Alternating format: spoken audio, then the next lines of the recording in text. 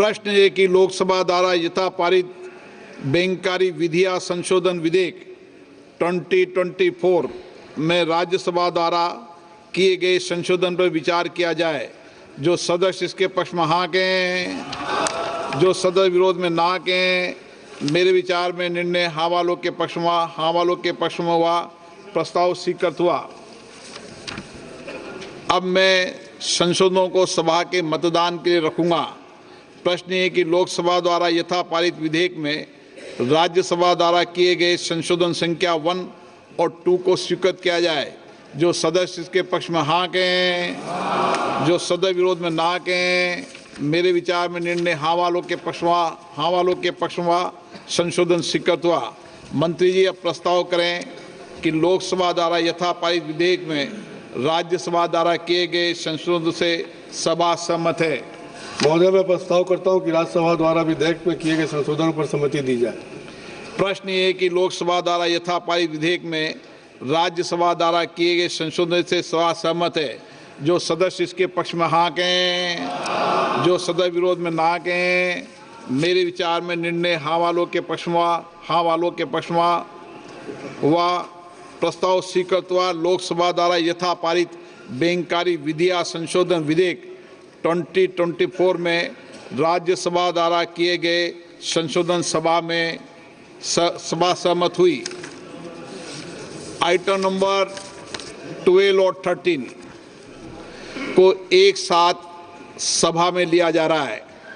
वक्फ संशोधन विधेयक 2025 संयुक्त समिति द्वारा यथा प्रतिवेदित और मुसलमान वक्फ निरसन विधेयक 2024। माननीय मंत्री किरण रिजिजू जी।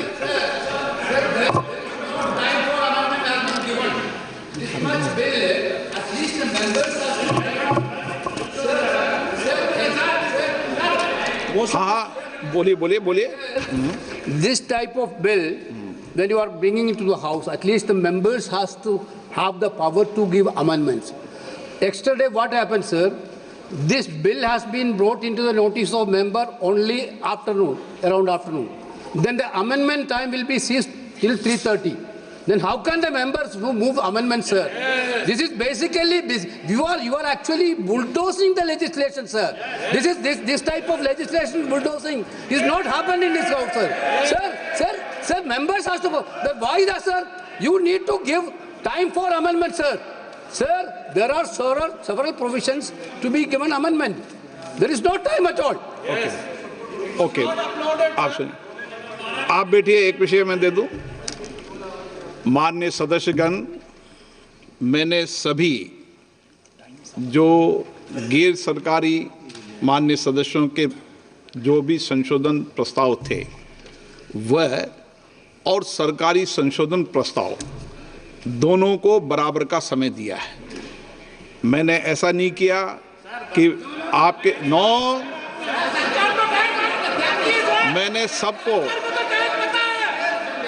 मैंने जितना भी समय गैर सरकारी संशोधन को दिया है उतना ही समय सरकारी संशोधनों को दिया है। मैंने दोनों में कोई अंतर नहीं किया गया है। मंत्री जी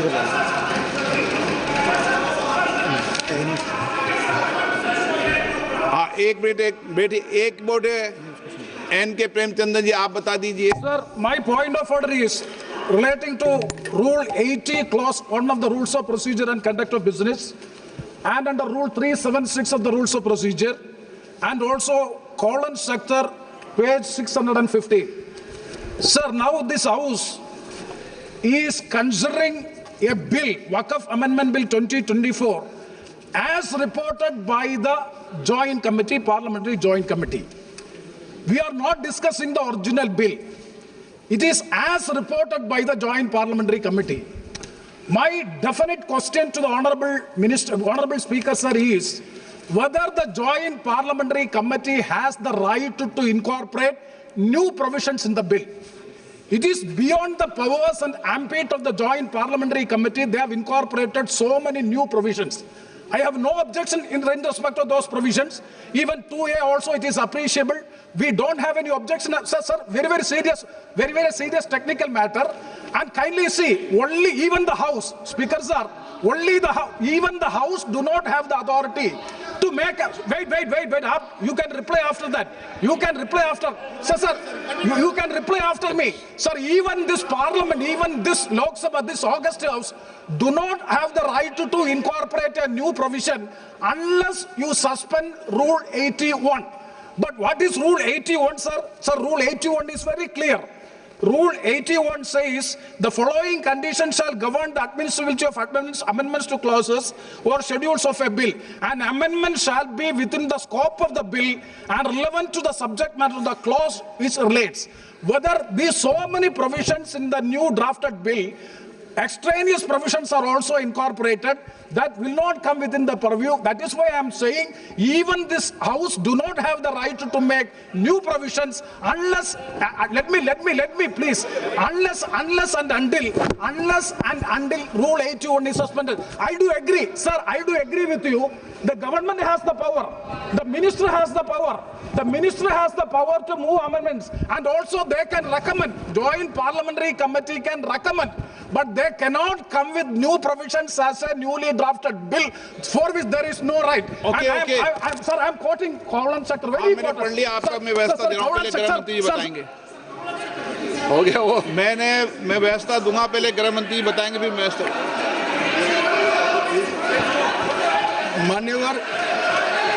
मान्य इनको पढ़ लें दो पूरा. 1 मिनट इनको पढ़ लें दो. आप पढ़ लो, आप पूरा पढ़ लो. Sir, Kawalan sector, page 615. The motion for reference of a bill to a select committee may include instruction to the committee to consider matters other than those dealt with in the bill but relating to the subject matter of the bill. Instruction to the committee for amendments of such sections of the Parent Act as are not covered by the amending bill, whenever given, are to be specific and clear, unquote. Okay. That means unless and until the House specifically directed to go into this, they have no right to make new provisions in the bill. It is beyond the powers of the Joint Parliamentary Committee they have acted, for which I am seeking a ruling. आप बात खत्म करें. माननीय गृह मंत्री जी, आप बैठिए. ऐसे नहीं चलेगा माननीय सदस्य, मैंने सबको मौका दिया. प्लीज बैठिए आप. बैठिए. माननीय गृह मंत्री जी बोलेंगे. माननीय सदस्य ने जो पॉइंट ऑफ ऑर्डर उठाया है, मैं इसके हार्द को सदन के सामने रखना चाहता हूं. भारत सरकार की कैबिनेट ने इस बारे में एक बिल अप्रूव कर सदन के सामने रखा. आपके द्वारा ये बिल जॉइंट पार्लियामेंट्री कमेटी को दिया गया, जिसका विपक्ष का भी बड़ा आग्रह था. कमेटी ने इस पर सुविचारित रूप से अपना मत प्रकट किया. वो जो मत प्रकट हुआ, वो मत फिर से कैबिनेट के सामने गया. कमेटी के जो सुझाव थे, ये भारत सरकार की कैबिनेट ने स्वीकार किए और अमेंडमेंट के रूप में किरण रिजिजू जी लेकर आए. ये तभी होता है जब ये ऑफिशियल अमेंडमेंट कैबिनेट की अनुमोदन के बगैर आता है. मान्यवर, मैं नहीं मानता इसमें कोई पॉइंट ऑफ ऑर्डर है, और आपका ही आग्रह था कि कमेटी जॉइंट पार्लियामेंट्री कमेटी बने. अगर कमेटी ने कोई बदलाव ही नहीं करने हैं तो ये कांग्रेस जैसी कमेटियां नहीं, हमारी लोकतांत्रिक कमेटी है मान्यवर, जो दिमाग चलाती है. कांग्रेस के जमाने में कमेटियां होती थी जो थप्पा लगाती थी. हमारी कमेटी चर्चा करती है, चर्चा के आधार पर विचार करती है और परिवर्तन करती है. अगर परिवर्तन को स्वीकार ही नहीं करना है तो कमेटी काहे को लिए है भाई?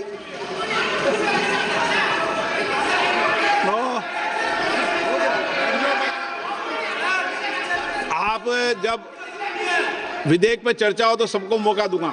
अभी 0 ओवर पर माननीय गृह, मैं इस पर अपनी व्यवस्था देता हूं. माननीय सदस्यगण, श्री N.K. प्रेमचंद्रन जी ने जो प्रश्न उठाया है, वक्फ संशोधन विधेयक 2025 पर संयुक्त समिति में विधेयक कुछ खंड जोड़ दिए गए जो विधेयक के दायरे से बाहर हैं। इस विषय पर मैं माननीय सदस्यों का ध्यान कौल और शकदर द्वारा रचित संसदीय पद्धति और प्रक्रिया की ओर आकर्षित करना चाहता हूं कि संयुक्त समिति की किसी भी विधेयक में संशोधन करने की शक्तियां बड़ी व्यापक और विस्तृत है। समिति किसी भी विधेयक में पूर्ण रूप से संशोधन कर सकती है या उसको पूर्णतः नया प्रारूप तैयार कर सकती है तथा विधेयक के सिद्धांत में परिवर्तन किए बिना उसका पूरा नाम और संक्षिप्त नाम भी बदल सकती है। इस प्रकार समिति किसी विधेयक में नए उपबंध सम्मिलित कर सकती है तथा विधेयक की व्याप्ति की समिति कर सकती है। विगत में कई संयुक्त समितियों ने विधेयकों में ऐसे संशोधन किए हैं। श्री किरण रिजिजू जी।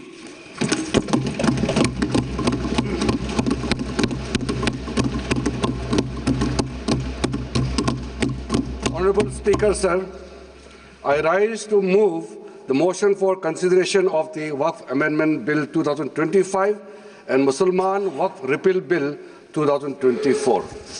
अध्यक्ष महोदय जी, आपने जो रूलिंग दिया है जेपीसी के बारे में जिक्र किया है, उसी के साथ साथ जुड़ते हुए एक मिनट किरण जी, एक मिनट श्री सोगत राय जी संशोधन संख्या 108 को प्रस्तुत करें। आप बोल रहे थे ना? Under Rule 77(2) of the Rules of Procedure, I propose that the Waqf Amendment Bill 2025 be recommitted for the purpose of eliciting further opinion thereon. Okay, माननीय मंत्री जी अब 12-16 पर अपना वक्तव्य दें।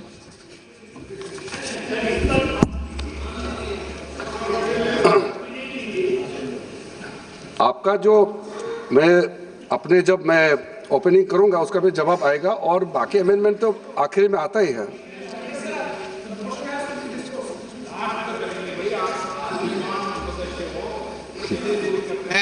चलिए माननीय मंत्री जी।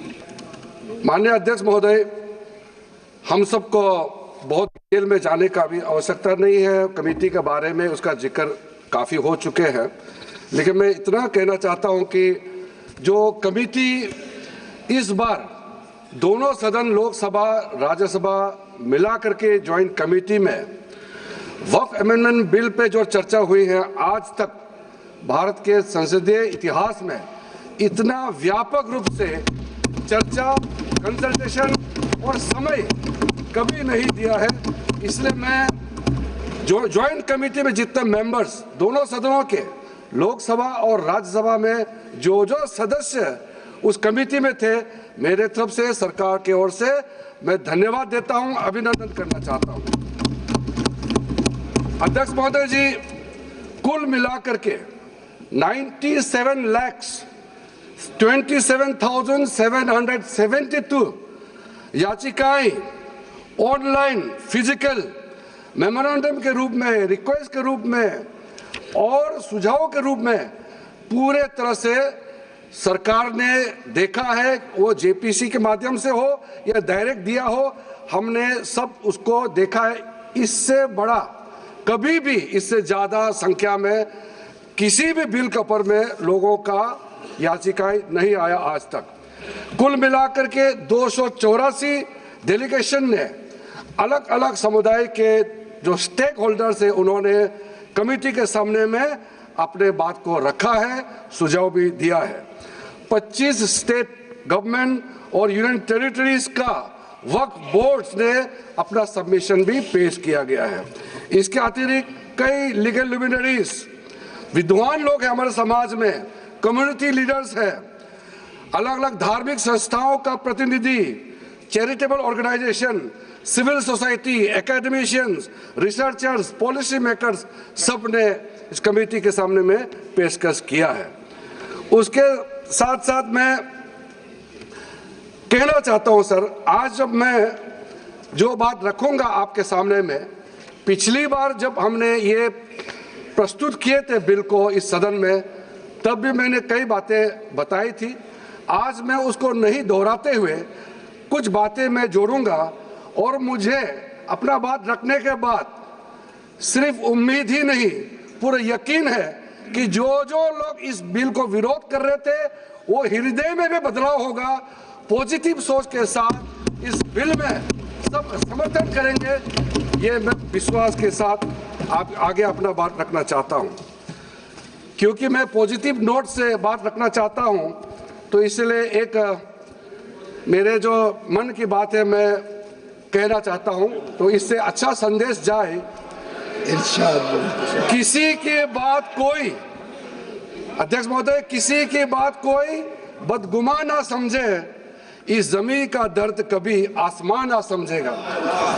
ये मैं दिल से कह रहा हूं, क्योंकि अच्छा सोच के साथ, बड़ा दिल के साथ, खुले मन से मैं ये प्रस्ताव आपके सामने में पेश कर रहा हूं।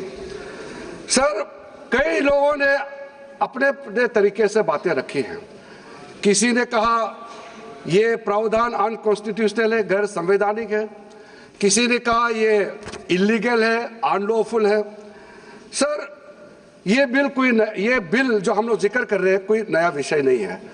आजादी से पहले ये बिल, जब पहली बार मुसलमान वक्फ वैलिडेटिंग एक्ट पास किया गया था 1913 में, तब से इसका इतिहास शुरू होता है। उससे पहले प्रिवी काउंसिल ने 1894 में इनवैलिडेट किया था वक्फ अल औलाद को। बाद में उसका प्रॉपर लीगल फॉर्म में 1913 के बाद फिर 1923 में द मुसलमान वक्फ एक्ट लाया गया था, जिसमें अकाउंटिंग और ट्रांसपेरेंसी के बारे में ये जोर उसको देते हुए ये एक्ट पास किया गया था। उसके बाद 1930 में द मुसलमान वक्फ वैलिडेटिंग एक्ट लाया गया है, जो रीइंफोर्स करता है legal validity of the family वक्फ। परिवार में जो वक्फ होता है उसको जोड़ देते हुए ये बिल लाया गया है। उसके बाद आज़ादी के बाद 1954 में 1954 में वक्फ एक्ट पहली बार आज़ाद भारत का एक्ट बनी, और उस समय स्टेट वक्फ बोर्ड का भी प्रावधान उसी 1954 एक्ट में प्रावधान किया गया था। उस समय से लेकर के कई संशोधन के साथ में 1995 में व्यापक रूप से ये वक्फ एक्ट बनी है। तो उस समय किसी ने नहीं कहा कि ये एक्ट अनकॉन्स्टिट्यूशनल है, किसी ने नहीं कहा उस समय ये अनलॉफुल है। आज जब हम उसी बिल को सुधार के ला रहे हैं, तब आपको ये अनकॉन्स्टिट्यूशनल, अनलॉफुल का ये शब्द इस्तेमाल करने का आपको ये नौबत कैसे आया, ये सोच क्यों आया? अगर आप सच्चे दिल से सोचते और मन साफ होते तो आप तर्क पे जाते। इस संशोधन बिल में जो जो तर्क है आप उसमें बात कीजिए। आप उसको छोड़ के जो कोई लेना देना नहीं है बिल में, उसका बात आप लेकर के लोगों को गुमराह करने का, बरगलाने का काम जो किया है, उसको मैं शुरू में साफ करना चाहता हूं। अध्यक्ष महोदय जी, 1995 में ट्राइब्यूनल का पहला व्यवस्था किया गया है, ताकि वक्फ बोर्ड का कोई भी निर्णय किसी को अगर पसंद नहीं है या उसको चैलेंज करना चाहता है तो वक्फ ट्राइब्यूनल वहां आप जा सकते हैं। उसका प्रावधान पहले बार हुए हैं, और उस समय यह भी फैसला हुआ कि 5 लाख से ज्यादा आमदनी किसी वक्फ प्रॉपर्टी में है, उसके लिए सरकार एग्जीक्यूटिव ऑफिसर्स अपॉइंट किया जाएगा। ये भी 1995 में शुरुआत की है। अध्यक्ष महोदय जी, ये आज एक ट्रिगर पॉइंट क्यों हुआ है? ये अमेंडमेंट बिल लाने का आवश्यकता सबसे ज्यादा शुरुआत कहां से हुई? मैं संक्षेप में बताना चाहता हूं। 2013 में, 2014 में हम सब चुनाव में गए, और चुनाव में जाने से पहले 2013 में कुछ कदम ऐसे उठाए गए हैं जो आप सुन करके, आप सदस्य के रूप में भी और इस देश का नागरिक होने के कारण आपके दिमाग में यह बात जरूर सवाल उठेगा कि ऐसा कदम क्यों उठाया गया है। सर, 2013 में पहला यह बदलाव हुआ कि इस देश में कोई भी आदमी, कोई भी इंसान, चाहे वो हिंदू हो, मुसलमान हो, सिख हो, ईसाई हो, पारसी हो, बौद्ध हो, जैन हो, वक्फ क्रिएट कर सकता है। सबको मालूम है वक्फ एक मुसलमान का अल्लाह के प्रति अपना एक उसका एक पायस चैरिटेबल रिलीजियस पर्पस के लिए वक्फ क्रिएट किया जाता है, लेकिन उसमें डाइल्यूशन करके 2013 में कोई भी वक्फ क्रिएट कर सकता है। ये प्रावधान सबसे पहले उस समय की यूपीए सरकार ने किया है।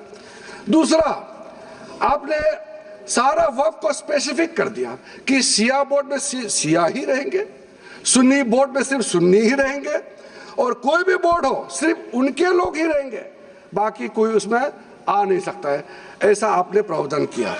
तीसरा, 2008, सर आप शांति से सुनने के बाद आप जो भी पूछेंगे हमारा रिप्लाई तो आएंगे ही सर। डिबेट का आखिरी में है, मेरा फिर से रिप्लाई होगा। तो अभी मैं जब शुरुआत में कुछ दृष्टिकोण रख रहा हूं, इसमें कोई हस्तक्षेप ना करे, ध्यान से सुनिए, ताकि हमारा डिबेट का स्तर भी ऊंचा रहे और तर्क भी सामने में आ जाए। सर एक प्रावधान आया सेक्शन 108, उस सेक्शन 108 में ये लिखा गया है कि वक्फ बोर्ड का जो प्रावधान है इस देश में कोई भी मौजूदा कानून के ऊपर में रहेगा, ओवरराइडिंग इफेक्ट रहेगा, ऐसा आपने कानून बनाया है। इस देश में ऐसा कानून कैसे मंजूर कर सकते हैं अध्यक्ष महोदय जी? हर कानून अपना अपना हिसाब से चलता है, लेकिन एक कानून दूसरे कानून के ऊपर में ओवरराइडिंग इफेक्ट होगा, ये कोई भी मान्यता नहीं दे सकता है। उसके बाद सर मैं कुछ प्रोपोगेंडा साथ में जुड़े हुए हैं, उससे पहले जो 2013 में मुझे भी बहुत ताज्जुब हुआ कि ये पास कैसे जबरदस्ती करवाया है। 2013 में वक्फ पे यूजर जो आपने प्रावधान डाला, उसके बाद 1970 से केस चल रहा था दिल्ली के अंदर में। दिल्ली के अंदर में हमारा सीजीओ कॉम्प्लेक्स है, पार्लियामेंट बिल्डिंग है, कई प्रॉपर्टीज है, और इसको वक्फ बोर्ड, दिल्ली वक्फ बोर्ड ने क्लेम किया कि ये वक्फ प्रॉपर्टीज है। उसके बाद ये केस चल रहा था अदालत में। उस समय यूपीए सरकार ने पूरा सारा जमीन को डी नोटिफाई करके वक्फ बोर्ड को दे दिया। 123 प्रॉपर्टी। अगर आज हम ये संशोधन लेके नहीं आते तो जिस सदन में हम बैठे हैं, ये पार्लियामेंट बिल्डिंग, इसको भी क्लेम किया जा रहा था। एयरपोर्ट, बसंत विहार, और अगर नरेंद्र मोदी जी का सरकार नहीं आते, अगर यूपीए का सरकार कंटिन्यू रहता, तो क्या क्या बिल्डिंग को डी नोटिफाई किया जाना था। 123 प्रॉपर्टी को तो डी नोटिफाई किया। मैं रिकॉर्ड में कह रहा हूं, अपने मन से कुछ नहीं कह रहा हूं, मैं ऑफिशियल रिकॉर्ड का बात बता रहा हूं। अध्यक्ष महोदय, आप काहे को उछल रहे हो? मैं अपने से थोड़ी बोल रहा हूं, जो हकीकत बात को बता रहा हूं। आप आराम से बैठ के सुनिए। आपके दल को और आपको सबको बोलने का मौका मिलेगा। माननीय मंत्री जी,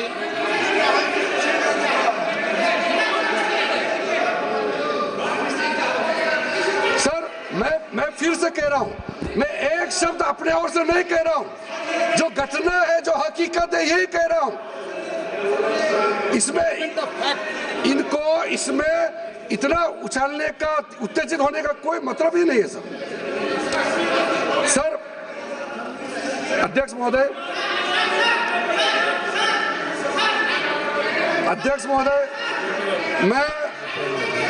मैं आपके माध्यम से सदन को कहना चाहता हूं कि जो संवैधानिक बात उठा करके लोगों को गुमराह करने का जो प्रयास किया जा रहा है, उसको भी देश के सामने में सही बात रखना बहुत ही जरूरी है। एक बात बार बार इन लोगों ने कहा गया है कि ये जो वक्फ अमेंडमेंट बिल है, ये आर्टिकल 25, आर्टिकल 26, आर्टिकल 30 का उल्लंघन करता है करके इन्होंने इल्जाम लगाया। पढ़ चुका हूं, आप पढ़ लो। कभी भी डिबेट के बीच में पॉइंट ऑफ ऑर्डर नहीं होता है, व्यवस्था दे दी है, उठाना कभी। माननीय मंत्री जी बोलिए। अध्यक्ष महोदय, विषय इन्होंने समानता का बात उठाया, आर्टिकल 14 का इक्वालिटी को लेकर के उन्होंने सवाल उठाया, उसका भी मैं जवाब देना चाहता हूं अध्यक्ष महोदय। ये कोई तरीका नहीं है। माननीय अध्यक्ष की व्यवस्था अंतिम व्यवस्था होती है। बोलिए मंत्री जी, आप बोलते जाओ। अध्यक्ष महोदय, क्योंकि मेरा कान खुला हुआ है तो ये डिस्टर्ब हो रहा है मुझे, मैं अभी ये पैन की बात करता हूं। अध्यक्ष महोदय, ये वक्फ बोर्ड का जो काम है, ये बेसिकली वक्फ प्रॉपर्टी को जो संभालने वाले मुतावली और जो वक्फ प्रॉपर्टी को व्यवस्था करते हैं उसको संचालित करने के लिए ये गवर्नेंस का, सुपरविजन का एक प्रावधान है। किसी भी तरीके से वक्फ बोर्ड वक्फ प्रॉपर्टी को मैनेज नहीं करता है। वक्फ बोर्ड वक्फ प्रॉपर्टी मैनेजमेंट में हस्तक्षेप नहीं करता है। आप साफ साफ सुन लीजिए, अगर इसके पास तर्क नहीं है तो इस तरह यहाँ डिस्टर्ब करके बहस का स्तर को गिराने से कोई फायदा नहीं है सर, ये कोई तरीका नहीं है सर। बोलते जाओ सर, वक्फ बोर्ड का क्लियर करना, एक जो वाकिफ होता है, जो अपना विलिंगली वक्फ क्लियर करता मैंने है। व्यवस्था दे दी है। आप जब समय हो तो बोले नो, प्लीज बैठिए। ये तरीका ठीक नहीं है आपका, बैठिए आप। नो, बैठिए। माननीय मंत्री जी, सूची है 2013 की प्रॉपर्टी निकाल बताना सूची मंगा के कहते भी।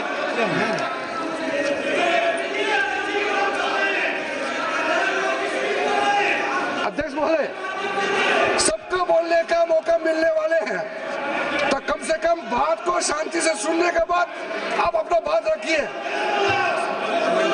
ये कोई तरीका नहीं होता है सर।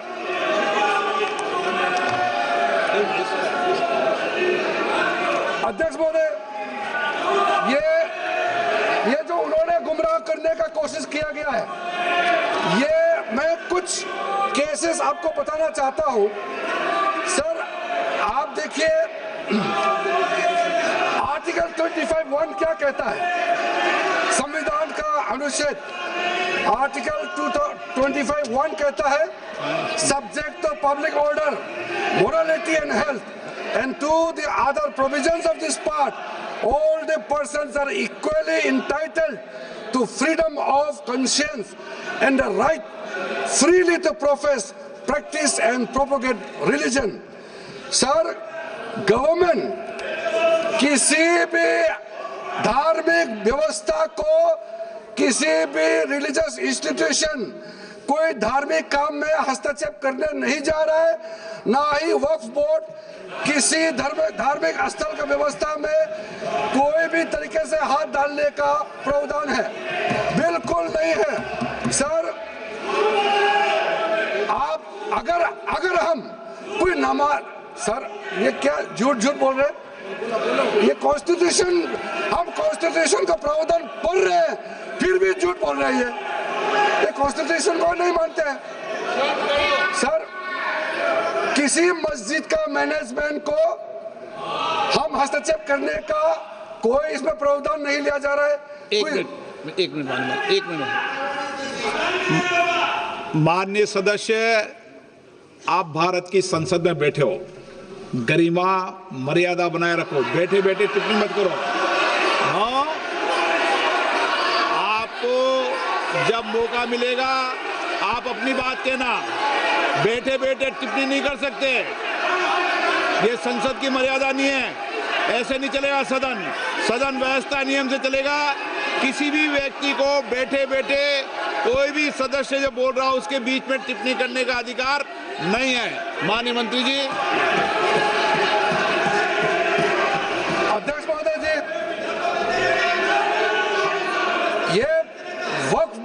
जो प्रावधान किसी मस्जिद, किसी मंदिर, किसी धार्मिक स्थल का व्यवस्था का कोई लेना देना नहीं है। ये सिंपली एक प्रॉपर्टी का मैनेजमेंट का विषय है।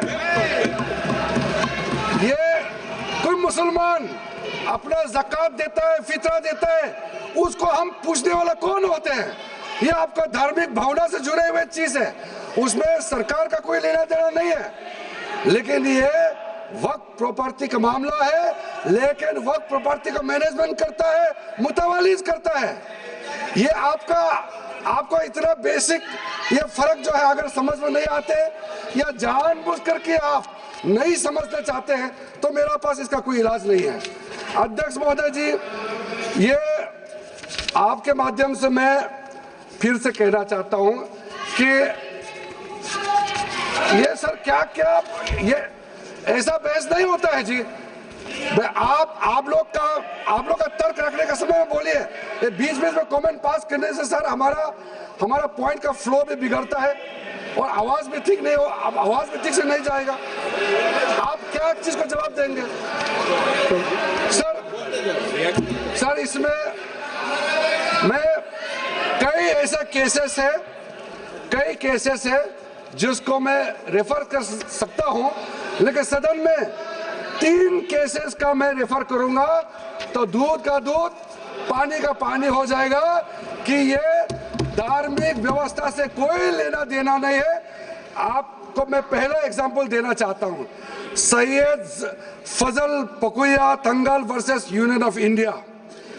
इसमें क्या केरला हाईकोर्ट का फैसला है? केरला हाईकोर्ट ने कहा the Waqf board is a statutory body, pure and simple, it is not a representative body of the Muslim community.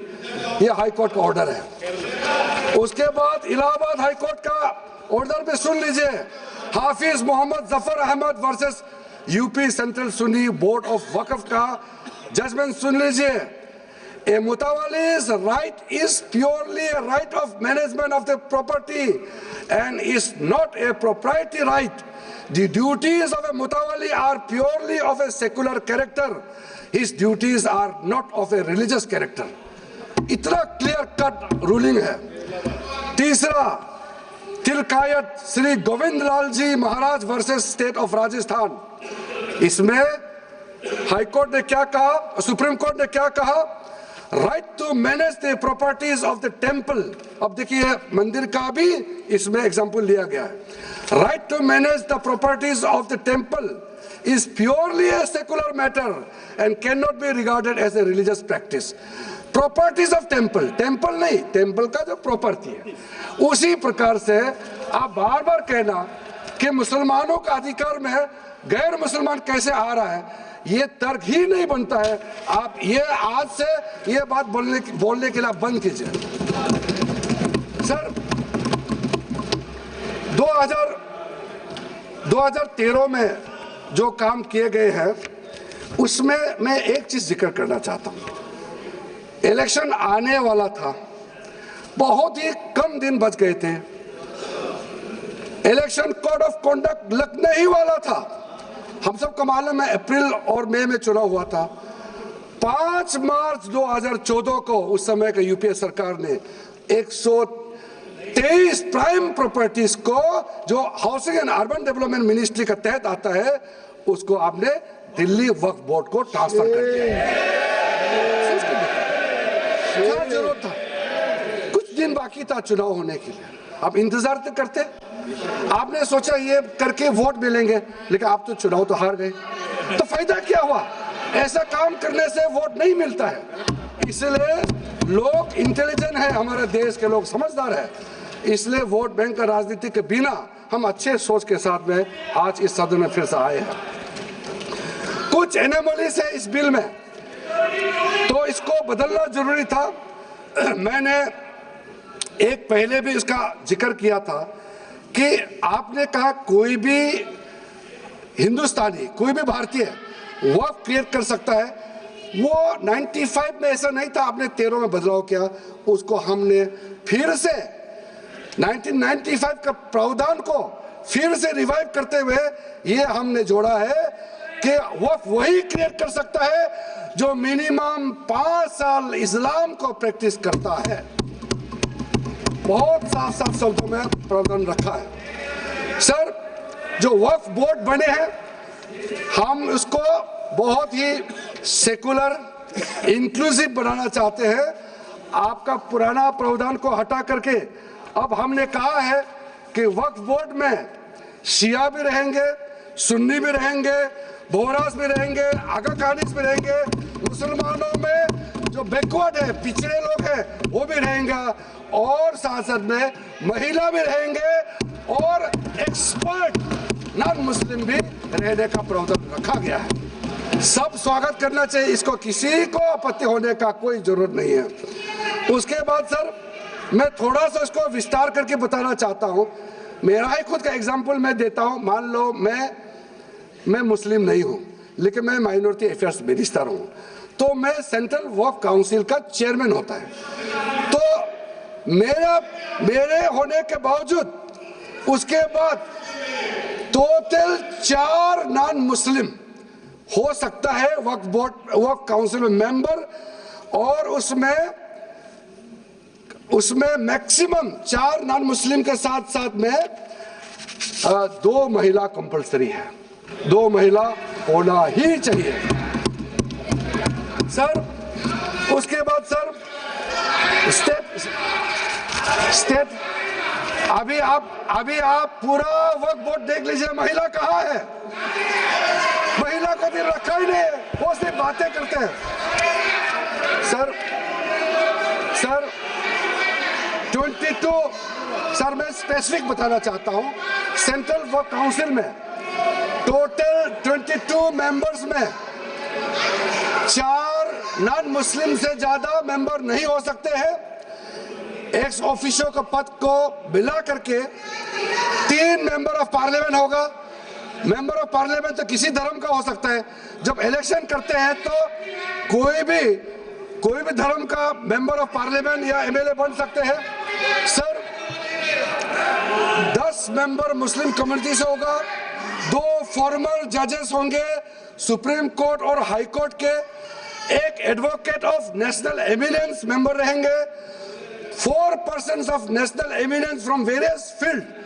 ये तो कई कमिटियों ने इसको सिफारिश किया है। और एडिशनल सेक्रेटरी या joint secretary to the government of India उसमें रहेंगे। आउट ऑफ 10 मुस्लिम मेंबर्स 2 महिला अनिवार्य है, ये हमने प्रावधान रखा है। और स्टेट बोर्ड में आउट ऑफ 11 मेंबर्स 3 से ज्यादा नॉन मुस्लिम नहीं हो सकता है। एक्स ऑफिसर को मिलाकर के 1 chairperson, 1 MP, 1 MLA, 4 members from Muslim community, 2 members with professional experience, 1 member of Bar Council and Joint Secretary to the state government dealing with work matters. Out of 4 Muslim members, 2 shall be women. ये हमने रखा है ताकि हमारे बहनों को किसी तरीके से दरकिनार नहीं कर सके। वक्फ एक सर, हमने जो नया प्रावधान रखा है उसमें जितना भी जो आर्बिट्रेरी प्रोविजन जो जरूरी नहीं था उसको हमने सामान्य रूप से देश में और जितना कानून है उसको मिलाते हुए मुख्य रूप से ट्रांसपेरेंसी इन वक्फ मैनेजमेंट, सर्वे को अपडेट करने के लिए जो पहले इनसफिशिएंट प्रोविजन था, इसमें वक्फ लैंड रिकॉर्ड्स वगैरह में महिलाओं का इनहेरिटेंस राइट्स, बच्चों का राइट, और साथ साथ में कई हजारों केसेस पेंडिंग है ट्राइब्यूनल और कोर्ट्स में, उसको सेटल करने के लिए जो आज लगभग 10,000 से भी ज्यादा केसेस जो पेंडिंग था और कुछ सालों के अंदर में 13 से 30,000 केसेस पेंडिंग हो चुके हैं, उसको सरलता से सुलह करने के लिए हमने रास्ता खोजा है। एक चीज बार बार आप लोग कहते हैं, हमारे पक्ष के लोग हो या उस साइड के पक्ष के लोग हो या जो सदन से बाहर है, वो एक वक्तव्य देते रहते हैं, मैं उसको सुधारना चाहता हूँ। ये कहते हैं कि हमारा देश में लैंड बैंक जो है वक्फ बोर्ड के पास 3rd लार्जेस्ट है।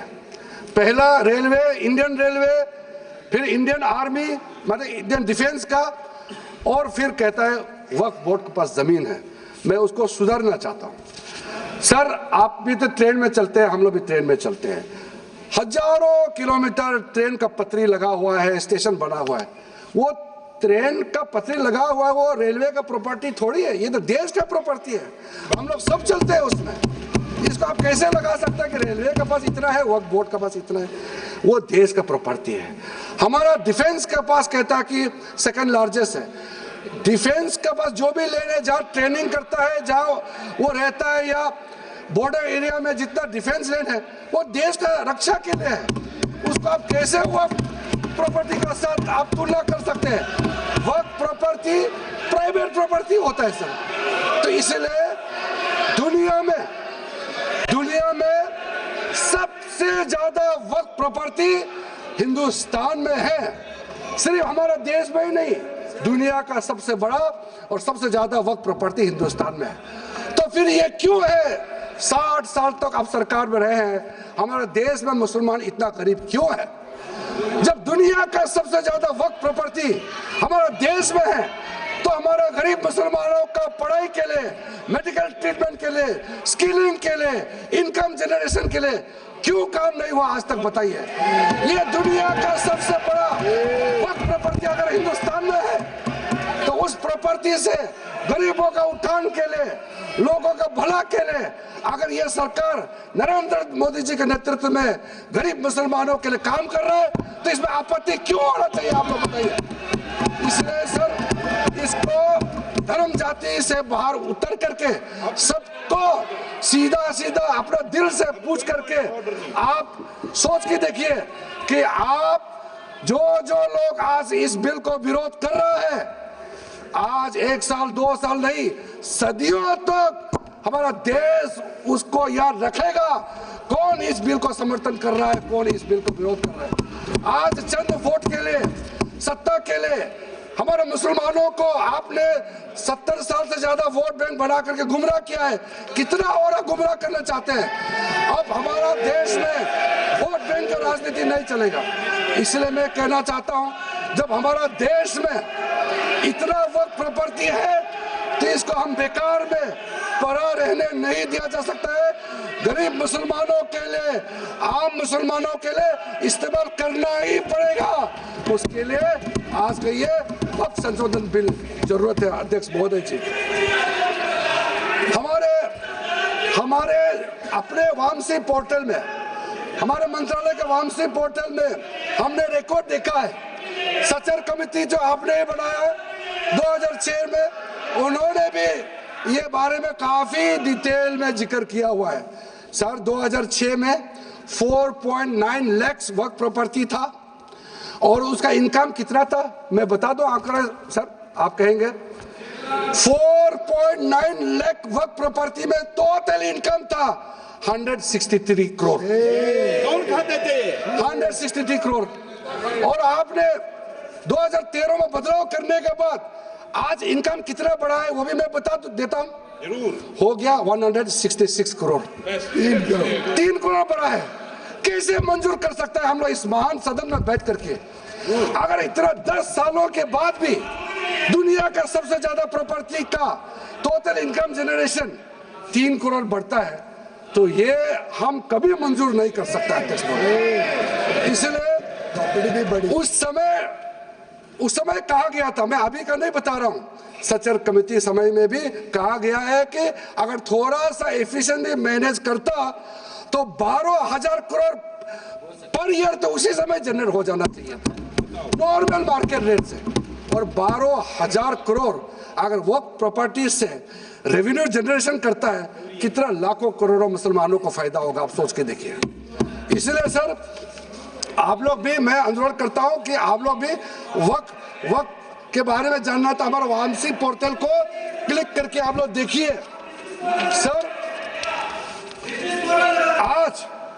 आज वो 4.9 लाख से बढ़ करके टोटल वक्फ प्रॉपर्टी बन गया है 8.72 लाख। हमारा देश में वक्फ प्रॉपर्टी बन गया है। और आप कल्पना कीजिए 8.72 लाख प्रॉपर्टी वक्फ का है, उसको अगर हम सही तरीके से मैनेजमेंट करता तो हमारा मुसलमानों का ही नहीं है, देश का तकदीर बदल जाएगा। इतना प्रॉपर्टी हमारे पास। अब समझिए चीज को सर। मैंने अभी कई राज्यों का दौरा किया अध्यक्ष महोदय, मैंने कई राज्यों का दौरा किया। मैं एक एग्जांपल आपको जरूर देना चाहूंगा। मैं बहुत इंप्रेस हो गया जब मैं पिछली बार जम्मू कश्मीर गई। जम्मू कश्मीर में हमारा नई वहाँ वक्फ बोर्ड का चेयरपर्सन बनी और मैंने पूछा कि आप जब वक्फ बोर्ड का चेयरमैन बनी तो उसमें क्या हालत थी और आज क्या हालत है। उन्होंने बोला कि सर जब उन्होंने पदभार संभाली तो उसमें कोई इनकम का, कोई व्यवस्था का, रिकॉर्ड का ठीक ठाक कुछ भी नहीं था और उन्होंने आने के बाद 40 करोड़ रेवेन्यू इनकम उन्होंने जनरेट करना शुरू किया, मुझे बताया। और उसके वजह से वह काफ़ी अच्छा काम कर रहा है। मैं हजरत बल श्राइन भी गए और वहाँ भी मरम्मत चल रहे हैं। इतना पुराना श्राइन है, दुनिया के लोग आते हैं, बहुत खूबसूरत से उसका सारा आसपास का ब्यूटिफिकेशन का काम भी चल रहा है। अगर अच्छा काम करेगा, रेवेन्यू बढ़ेगा तो सबका फायदा होगा सर। इसलिए सर आप लोग आज बिल को समर्थन करने के बाद मेरे ऑफिस में आइए, 1 साल के अंदर में इसका ट्रांसफॉर्मेशनल इम्पैक्ट क्या होता है मैं ही आप लोगों को बता दूंगा। सर वक्फ अमेंडमेंट जो बिल लाए हैं उसमें जिसको हमने समर्थन किया है और एक्सेप्ट किया हमने या इस बिल में लाया। इसलिए बोलना कि जेपीसी का आपका कमेटी के बात को माना ही नहीं है, आपका कमेटी के बात नहीं सुना गया है, वो गलत बात है सर।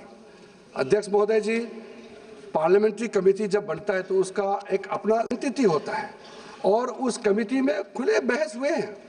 उसमें मैं नहीं चाहता हूं क्या हुआ है, लेकिन उनके बीच में कई ऐसे मुद्दे हैं जो हम लोग सरकार समझते हैं कि बहुत अच्छा सुझाव आया है, हमने उसको माना है। और कुछ छोटा अमेंडमेंट है जो बहुत ज़रूरी चीज़ है, वो अमेंडमेंट भी हम लेकर के आए हैं। इसके बाद जो पूरा ये सारा व्यवस्था देखने के बाद सबके मन में उम्मीद जागेगा। उम्मीद इसलिए जागेगा कि एक नए सवेरा आने वाला है, इसलिए नए एक्ट का नाम भी उम्मीद हो गया है। तो उम्मीद क्यों हुआ है सर, मैं आपको बताना चाहता हूँ। ये जो यूनिफाइड वक्फ management, empowerment, efficiency and development, full form उम्मीद है, इसका रखने का पीछे कारण है सर। ये उम्मीद क्यों है, अब ये यूनिफाइड वक्फ मैनेजमेंट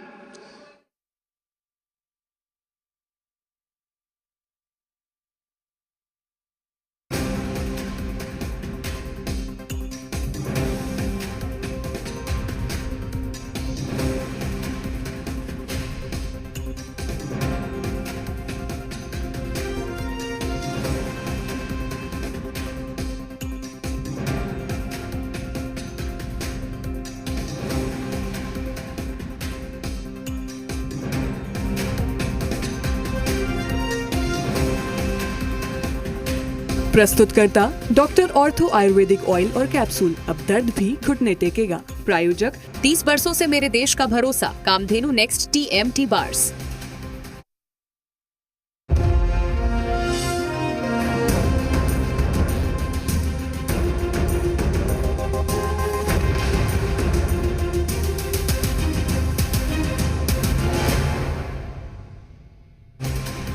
इस घड़ी की बड़ी खबर।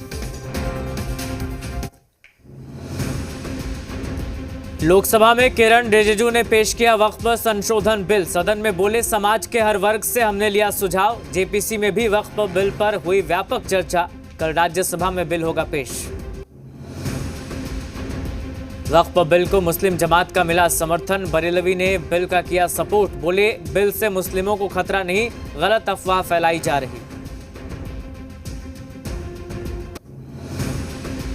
वक्फ संशोधन बिल पर बोले बिहार प्रदेश अध्यक्ष बीजेपी के दिलीप जायसवाल। कहा यह राजनीति का विषय नहीं, विपक्ष बेवजह बना रहा राजनीतिक मुद्दा। बिहार चुनाव से पहले प्रदेश कांग्रेस में बड़ा फेरबदल। बिहार के सभी सांगठनिक जिलों में नए अध्यक्ष और कार्यकारी अध्यक्ष की नियुक्ति की लिस्ट जारी। एआईसीसी महासचिव ने जारी की सूची। प्रस्तुतकर्ता घड़ी डिटर्जेंट, देश की नींव, देखने वालों की भीड़ में करने वालों के नाम। प्रायोजक 30 वर्षों से मेरे देश का भरोसा, कामधेनु नेक्स्ट TMT बार्स।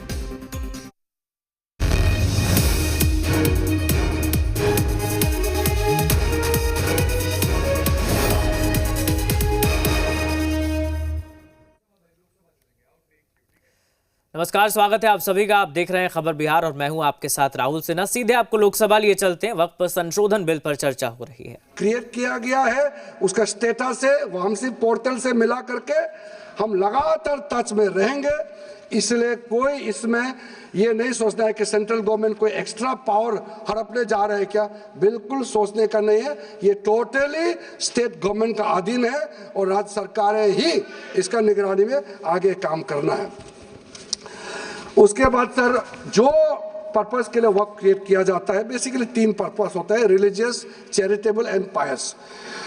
उसका हो रहा है कि नहीं हो रहा है, और इनकम जनरेशन खास करके जो वेलफेयर काम है उसका हो रहा है कि नहीं हो रहा है, इसका भी इफेक्टिव गवर्नेंस का प्रावधान हमने रखा हुआ है। और साथ साथ सर, मैं आपको इस उम्मीद के साथ साथ ये कहना चाहता हूं कि जो रिफॉर्म्स हमने जो लाए हैं और साथ साथ में जो प्रावधान कुछ बदलाव हमने आपको बहुत शॉर्ट में बताया, क्योंकि डिटेल में तो मैं रिप्लाई तो करूंगा ही। इसमें अगर आपको लगता है कि हमको अगर इनकम जनरेशन करने के लिए, वक्फ प्रॉपर्टी को बेहतर इस्तेमाल करने के लिए क्या करना चाहिए, जब हम इसका सबऑर्डिनेट लेजिस्लेशन के माध्यम से रूल्स बनाएंगे, आपका सुझाव हम खुले दिल से स्वागत करेंगे। क्योंकि आखिर तो प्रॉपर्टी देश का है, किसी का भी हो, उसको अगर अच्छा से चलाना है तो आप सुझाव देंगे तो हम तो पूरा वेलकम करेंगे उसमें। इसलिए आज मैं मेंबरों के साथ साथ जो कई दरगाह है, कई मस्जिद के इमाम है, कई लोग जो मुझे मिले, उन्होंने भी बहुत अच्छा सुझाव दिया है। उसको डिटेल में मैं यहाँ कहना नहीं चाहता हूँ, लेकिन हम रिकॉर्ड में रखा है। कई अच्छे अच्छे सुझाव हमारे पास आए हैं, वो भी हमने नोट करके रखा है। एक इम्पोर्टेंट पॉइंट को मैं अब आपके सामने भी रखना चाहता हूँ। ये जो हमने एक डेफिनेशन में जो बदलाव लाया है, इस डेफिनेशन में बदलाव का सबसे बड़ा मतलब ये है कि मुसलमानों में भी जो वक्फ के अंदर में अपना प्रॉपर्टी, वक्फ प्रॉपर्टी इस वक्फ बोर्ड के प्रावधान से गवर्न करना चाहते हैं, मोस्ट वेलकम है। अगर वो ट्रस्ट के माध्यम से अपना प्रॉपर्टी का अलग तरीके से वक्फ करना, वो चलाना चाहता है, मैनेज करना चाहता है, उसके लिए भी छूट दिया गया है। तो इसमें जो आप लोग बार बार कहते हैं कि वक्फ बोर्ड में गैर मुसलमान कैसे आ रहा है, इसका मैं छोटा सा एग्जांपल देना चाहता हूँ। अभी हम लोग किसी धर्म, किसी जाति का हिसाब से तो हम MP नहीं बने हैं, हम तो ऐसे सिटीजन होकर के MP बने हैं। तो अगर मेरा कॉन्स्टिट्यूंसी वाला हमको कहेंगे कि किरण रिजिजू मेरा यहाँ नहीं आ सकता है, हमारा धर्म और तुम्हारा धर्म अलग है, तो कैसे होगा? मैं तो एज MP, मेरे पास अथॉरिटी है, मैं जा सकता हूँ। उसी प्रकार से आपका ट्रस्ट है, ट्रस्ट को चलाता है चैरिटी कमिश्नर। तो ट्रस्ट वाला कैसे कहेंगे कि चैरिटी कमिश्नर मेरा जात का ही होना चाहिए? चैरिटी कमिश्नर तो गवर्नेंस को संभालने के लिए है, चलाता तो ट्रस्ट है। उसी प्रकार से आप कैसे कह सकते हैं कि मेरा वक्फ प्रॉपर्टी को देखने के लिए वक्फ बोर्ड में गैर मुसलमान नहीं हो सकता है? आप कैसे कह सकते हैं? ये तर्क को आप थोड़ा गहराई से सोचिए, क्योंकि ये बार बार कहा गया है, मैं नाम नहीं लूंगा, वो बाद में तो बोलेंगे हमारे कुछ लोग हैं कि मुस्लिम का अफेयर्स में नॉन मुस्लिम क्यों आ रहा है। अरे ये धार्मिक व्यवस्था से कोई लेना देना नहीं है, मैं बार बार कह रहा हूँ। इसलिए ये प्रॉपर्टी है, वक्फ प्रॉपर्टी है, आप लोग इसको समझिएगा। उसके बाद सर, ये जो हमने जो 2013 के बाद कुछ बदलाव जो किए हैं, वक्फ बाय यूजर में कुछ लोग ने शंकाएं व्यक्त किया है, कह रहा कि वक्फ बाय यूजर हटाने के बाद अब सरकार जो है मस्जिदें छीन लेंगे, दरगाह छीन लेंगे, मुसलमानों का प्रॉपर्टी छीन लेंगे, ऐसे बोलते हुए मैंने सुना है। इस तरह का कई जगह में बोला है। मैं इसमें साफ साफ कहना चाहता हूं, हम लोग सब हर किसी ना किसी राज्य से आते हैं। We all belong to each and every part of our country, we are together, we may belong to different states and union territories, we are all Indian. ये अथॉरिटी राज्य सरकार को हमने कैसे दिया? जो प्रॉपर्टी वक्त में यूजर को हम लोगों ने हटाने के बाद ये प्रावधान सुरक्षित किया है, ऑथोराइज किया स्टेट गवर्नमेंट को कि जो प्रॉपर्टी रजिस्टर्ड हो चुके हैं, जब आप नमाज पढ़ते हैं, रजिस्टर्ड है, डॉक्यूमेंट है, उस पे कोई हस्तक्षेप नहीं होगा। ये कानून प्रोस्पेक्टिव है, रेट्रोस्पेक्टिव नहीं है। ये आप लोग बहुत क्लियर से सुन लीजिए, ये किसी का जमीन छीनने का कानून नहीं है। ये किसी का राइट, किसी का हनन करके उसका प्रॉपर्टी को हड़पने का नहीं है।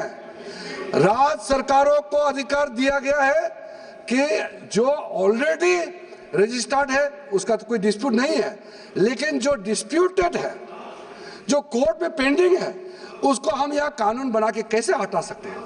कोर्ट का पावर को तो हम ले नहीं सकते सर। इसलिए यहाँ बार बार ये लोग माइक बजा बजा करके झूठ 100 बार भी बोलो, कुछ होने वाला नहीं है। सिटीजनशिप अमेंडमेंट बिल जब लाया गया था, वही लोग हैं जिन्होंने कहा था कि सिटीजनशिप अमेंडमेंट बिल पास होकर एक्ट बन जाएगा तो मुसलमानों का हक छिन जाएगा, उनका नागरिकता खत्म हो जाएगा। आज सीए लागू हो गया, बताइए किसी मुसलमान का अधिकार छीना है? किसी मुसलमान का नागरिकता छीना है? बताइए, क्या आप माफी मांगेंगे? आपने देश भर में घूम घूम कर झूठे बातें फैलाया, आज आप साबित हो गया कि आपने झूठ बोला था, लेकिन आज आप माफी मांगने का भी हिम्मत नहीं रखते हैं। जिगर थाम के आप लोग सुनिए, ये आप आज दोबारा आप मिसलीड करेंगे, गलत बातें करेंगे तो फिर मुंह खाना पड़ेगा आपको। फिर कोई और बिल लेके आएंगे, फिर मैं आपका पर्दाफाश करेंगे फिर से। इसीलिए सर हम लोग तर्क पे जाइए, पॉइंट पे जाइए। इसलिए दूसरा, महिलाओं के लिए अध्यक्ष महोदय जी, क्योंकि फैमिली में पुरुष महिला सब होते हैं, तो इसमें हमने एक सिंपल प्रावधान रखा है कि एक कोई भी मुसलमान जब वक्त क्रिएट करता है, सबसे पहले उस परिवार में जो महिला का अधिकार है उसको सुरक्षित करके ही आप वक्त क्रिएट कर सकते हैं। नहीं तो पहले ऐसा होता था, वक्त क्रिएट कर दिया, आपका बच्चों का अधिकार खत्म हो गया, महिला का अधिकार खत्म हो गया। आप वक्त उसी प्रॉपर्टी को क्रिएट कर सकते हैं जो आपका हकदार है, जो आपका 100% हिस्सा है, उसी को ही आप वक्त क्रिएट कर सकता है। बच्चों का और महिला का अधिकार नहीं छीन सकता है। ये बहुत बड़ा रिफॉर्म है। मुसलमानों में अगर वो चाहते हैं कि महिला आगे ना बढ़े तो ये लोग इसको विरोध करेंगे, लेकिन जो थोड़ा प्रोग्रेसिव सोचने वाले, जो थोड़ा बारीकी से अगर सोचेंगे तो कितना गलत बात है कि समाज में महिलाओं को दबाने का काम करते हैं और यहाँ जोर जोर से बोलते हैं। अध्यक्ष महोदय जी, सारा मैनेजमेंट जो सरकार का जमीन या प्राइवेट का जो जमीन है, इसका कलेक्टर को इन्होंने कमेटी के माध्यम से सुझाव किया है कि हर चीज कलेक्टर को क्यों ऑथराइज किया गया है। तो कमेटी के बात को माना है कि कलेक्टर से ऊपर कोई भी अधिकारी, कलेक्टर से ऊपर जो अधिकारी है वो देखेंगे सरकारी जमीन और कोई डिस्प्यूट है वक्फ बोर्ड के साथ या किसी मुतावली के साथ डिस्प्यूट है, उसका जांच कलेक्टर के ऊपर अधिकारी करेंगे। ये कमेटी ने सुझाव दिया था और उसी को मान करके आज इस सदन में पेश किया जा रहा है। एक महत्वपूर्ण सुझाव हम लेके आ रहे हैं, अमेंडमेंट लेके आ रहे हैं, इसमें मैं मानता हूं कोई विरोध नहीं करेगा। ये इसमें शुरू में छूट गया था, मैं सर खुले दिल से आपको कहना चाहता हूं, लेकिन बहुत सोच समझ के साथ ये प्रावधान अमेंडमेंट हम लेके आ रहे हैं कि जब आप वक्फ प्रॉपर्टी क्रिएट करेंगे तो ऐसा नहीं होना चाहिए कि आप ट्राइबल एरिया में जाकर के आदिवासी का जमीन को आप वक्त क्रिएट कर दें, ये नहीं होना चाहिए। इसलिए हमारा देश के आदिवासियों का संरक्षण को ध्यान में रखते हुए शेड्यूल 5 और शेड्यूल 6 में आप वक्त प्रॉपर्टी क्रिएट नहीं कर सकते हैं। ये एक महत्वपूर्ण अमेंडमेंट लेकर आया है। डिटेल में अब आगे अध्यक्ष महोदय आपको मैं बताऊंगा वक्फ ट्राइब्यूनल के बारे में। सर मैं संक्षेप में, अभी फ्लोर खुलने वाले हैं, मैं आपके हाथ फ्लोर छोड़ने वाले हैं, तो मेरा जो वाइंड अप को आप ध्यान से सुन लीजिए। जो ट्राइब्यूनल है, ट्राइब्यूनल में 2 मेंबर का हमने प्रस्ताव रखा था, तो कमेटी ने कहा कि 2 मेंबर ठीक नहीं है, इसमें 3 मेंबर होना चाहिए। ये प्रस्ताव भी मंजूर किया गया है। तो वक्फ ट्राइब्यूनल में 3 मेंबर होगा फिक्स टेन्योर के साथ, और उसमें आज टोटल लिटिगेंस 14,417 केसेस है। आप सोच के देखिए, तो ट्राइब्यूनल में जल्दी जल्दी केस डिस्पोज हो। 3 मेंबर्स का ट्राइब्यूनल बनाया गया है। उसके बाद में उसका टेन्योर को फिक्स किया गया है। उसके बाद में जो एक बहुत स्ट्रिंजेंट प्रोविजन था, पहले ऑटोमेटिक अपील करने का राइट नहीं था, स्पेशल रिव्यू पिटीशन ही कर सकते थे ट्राइब्यूनल के ऑर्डर के बाद। तो आज हमने एक अच्छा सोच के साथ खुला मन से ये कहा है कि अब अगर आप वक्फ बोर्ड का निर्णय से खुश नहीं है, वक्फ ट्राइब्यूनल का निर्णय से खुश नहीं है, तो आप अदालत जा सकते हैं। ये रास्ता भी हमने खोल दिया है। उसके बाद सर कंट्रीब्यूशन, एनुअल कंट्रीब्यूशन, ये भी आपका ही सुझाव था कमेटी वालों का कि जो कंट्रीब्यूशन देते हैं वक्फ बोर्ड मुतावली जो देते हैं उसको घटाना चाहिए, तो उसको 7% से 5% घटा दिया है, ताकि ज़्यादा पैसा आप चैरिटेबल पर्पस के लिए खर्चा कर सके। तो अच्छा जो प्रॉपर्टी मैनेज करता है वो तो सरकार को शाबाशी देंगे। उसके बाद एक बहुत ही महत्वपूर्ण प्रावधान है जो हमको रखना पड़ा, आपने लॉ ऑफ लिमिटेशन को इस वक्फ बोर्ड का प्रावधान से हटा दिया था, इसको हमने लगाया है। तो अब तो मालूम है the limitation act of 1963 will now apply to the work property claims from the date of commencement of this act, aiming to reduce prolonged litigation। ये बहुत बड़ा मैं मानता हूँ एक कदम उठाया है। और जो सेक्शन 40 सबसे ड्रैकोनियन प्रोविजन इस एक्ट में था, तो सेक्शन 40 था। सेक्शन 40 के तहत वक्फ बोर्ड, आप लोग बार बार कहते हैं ना ये ऐसा नहीं है, ऐसा ही है। सेक्शन 40 में किसी भी जमीन को आप वक्फ प्रॉपर्टी डिक्लेयर कर देता था, वो प्रॉपर्टी को हमने हटा दिया है। वो कोई भी जमीन को वक्फ प्रॉपर्टी डिक्लेयर करके फिर किसी गरीब के लिए नहीं करना है। वो लोग, कुछ लोग, चंद लोग अपने के लिए, अपने फायदा के लिए इस्तेमाल करते हैं। ओवैसी मैं तो नाम नहीं लूंगा, लेकिन सर ये प्रावधान को इतना मिसयूज हुआ, इसलिए तो इतना लाखों प्रॉपर्टी की संख्या बढ़ गई। अब किसी प्रॉपर्टी को कैसे आप क्लेम कर सकते हैं? इसलिए इस सेक्शन 40 की वजह से, अध्यक्ष महोदय जी, इस सेक्शन 40 की वजह से कई मुद्दे इस देश में आया है। आज पूरा हमारा देश का क्रिश्चियन कम्युनिटी, जो कैथोलिक चर्च काउंसिल के लोग, भारत चर्च ग्रुप के लोग, केरला में हो या देश भर में, आज पुकार के क्यों कह रहा है कि वक्त संशोधन बिल जल्दी पारित होना चाहिए। वो इसलिए कि सेक्शन 40 का मिसयूज होता था। सर आप सोचे केरला का एमपी, तमिलनाडु का एमपी लोग, तो सोचिए अगर आपने गलती से इस बिल का विरोध कर दिया तो आप क्या विरोध झेलना पड़ेगा बाहर में। आप कल्पना कीजिएगा अभी से, आप सोचिए। मैंने पिछली बार भी बताया सुरेंद्रेश्वर टेम्पल के बारे में, तो आपको बताया जब बाकी कोई धर्म ही नहीं था तब ये सुरेंद्रेश्वर टेम्पल था।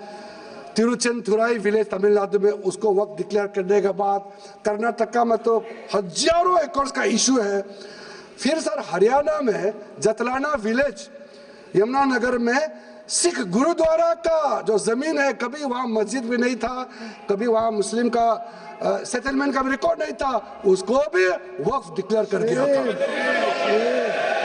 उसी प्रकार से केरला का मुनम्बम का जो इशू है वो तो अभी सब जान ही रहा है कि 600 क्रिश्चियन फैमिलीज का जो जमीन को वक्फ बोर्ड ने वक्फ डिक्लेयर कर दिया, चर्च का भी कर दिया, और आगे जाने का रास्ता भी बंद कर दिया था। अगर हम ये बिल पारित कर दिया, उसका अपना जमीन वापस मिल जाएंगे गरीबों का, किसानों का।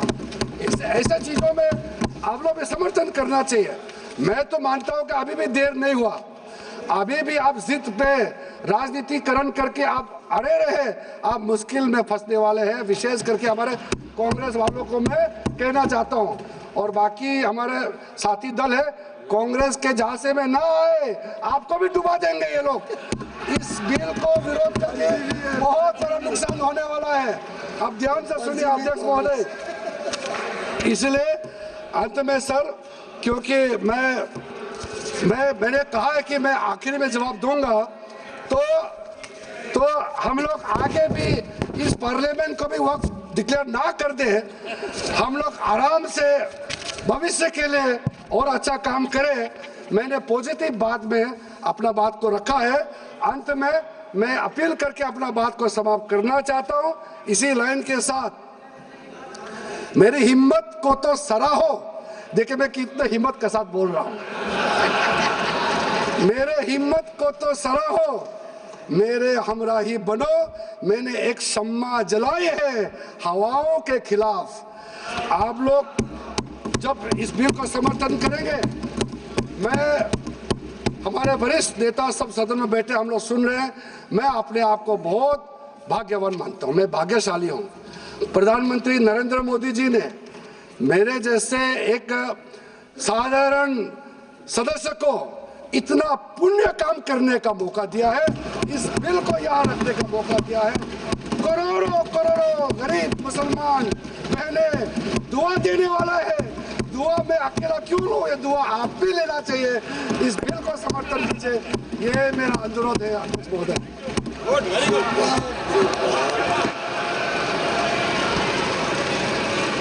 श्री गौरव गोगोई।